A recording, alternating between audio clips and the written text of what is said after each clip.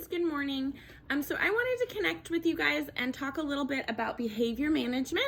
I know that some of you, and from what I've gathered from the Zooms as well, are struggling a little bit with getting the child to sit down and attend to a lesson or attend to a worksheet maybe, which is, of course, it's something we deal with heavily in the classroom, but I wanted to give you some tips on what we do in the classroom that might help you at home. So, the first thing that I would recommend is to have a work area so that you're working in the same area every day so that they know, okay, this table is where we do work. You know, it could be the coffee table. It could be if they have an area in their room. And we're just going to take it right back to basics. So the first week of school, we do something called pairing.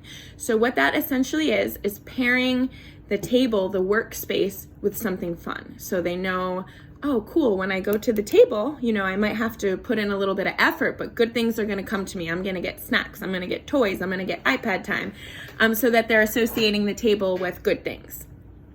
So what you can do is have an area, you can call it teacher table 2 or whatever you want to call it, and say, okay, it's work time for a teacher table. Let's go sit down. Look, I have your iPad here. Or look, we have toys here at the table, whatever their favorite stuff is. So they're going to come join you.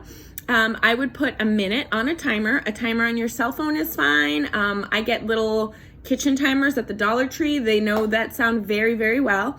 And put, I would say 30 seconds to a minute, probably no more than a minute. You know, maybe the first time they sit down, you want to give them 2 minutes or something like that. That's fine. And then when the timer goes off, you say, okay, my turn. And my turn is a phrase that I use all the time in the classroom, so they'll recognize it. So you say, my turn iPad or my turn toys, and they'll hand it back to you, hopefully. And then you want to present a very simple task demand. So if they already know how to write their name, okay, let's write our name. And what, if they're not writing their name yet, a simple imitation, do this, you know, like anything that we know they can do, something that they're going to get right no matter what. And then when they do that correctly, we are going to incorporate a star board, which I have downloaded one that I found online that's very similar to the one in the classroom. Let me see if I can show you. So there's 5 stars, and then it says, I am working for. So when they do, when they complete the task that you ask them to do, so write your name, trace this line, clap your hands, do this, anything simple that we know they're going to get right, you praise them. Good job, excellent working, you get a star. Star means chip, or star means goldfish, or star means gummy. You're going to pair the star with something they really like. We use snacks because, you know, they love their snacks. So if there's something they really like to eat, you're going to pair it with that. Good job, you traced your name, you get a star. Star means gummy. And then when they get 5 stars, they get access to whatever that original toy was. So you want to be reminding them the whole time, okay, 5 stars. 5 stars means you get your iPad back, or 5 stars means you get your toy. 5 stars means you get your airplane, whatever it is. Once they get all 5 stars, then you're going to give them, you count them together, 1, 2, 3, 4, 5. And then you say 5 stars means iPad. Here you go. And then again, you're going to set that timer. I would put about no more than 1 minute probably once they start getting the hang of it. And it's also okay, we use very different levels of prompting for all the kids in class. So some of them are going to be able to complete tasks independently. Some of them are going to need a lot of extra prompting. So, you know, say the task is to find and circle the number 2 on the paper. You know, a lot of them I would have to be reminding them, eyes watching, eyes on your paper, let's find 2. Is this 2? No. Is this 2? Yes. Okay, let's circle 2. And then I might put my hand on their hand and we'll circle it together.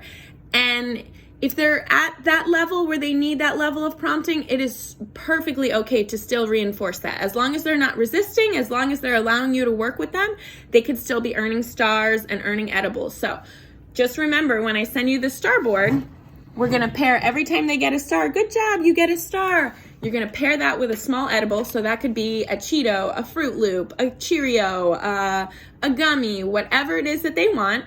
And then when they get all 5 stars, they get a whole minute of a break with whatever toy, iPad, movie, music, whatever they want to do. So hopefully, I'm hoping that's going to help you guys a little bit at home. We have to do very high levels of that in the first few weeks of the classroom. I just want to let you know. and be honest with you, it's not an overnight process. It takes time. I know that it could seem challenging, and you know, it takes patience and working through it, because they're not going to want to sit and work all the time. But if you have an area that's their designated work area, and if you have starboards and they know that they're working for things they like, we've seen so much success in the classroom. So I'm hopeful that you're going to see similar successes at home. Let me know how that works out for everybody. And if that's something that's completely not working out, reach out to me. We have our behavior specialist, Miss Bennett, who knows all the kids super well. And she comes in and helps, we do behavior intervention. So if that's not working, we try to find something that will work. All right. I hope that was helpful for all you parents. We're working on the Busy Mother Hen unit this week.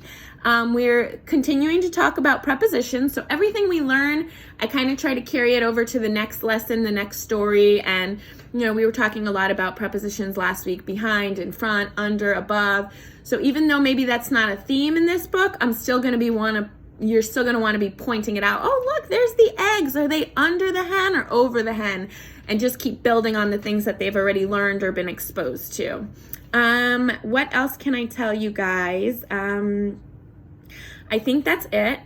If you guys have any issues at all, please reach out to me. Everybody should have their TeachTown login capabilities now. I added all the parents as facilitators, meaning that you guys can access it from home too. So they're used to 15-minute sessions working on that, but I would say about 45 minutes a week is a good amount of time for them to be on that. Some of the kiddos really love it, and if they want to keep going, that's totally okay, because it kind of goes back and reviews previous lessons. But if 15 minutes is too much, use your Starboard, pair that with sitting at the table.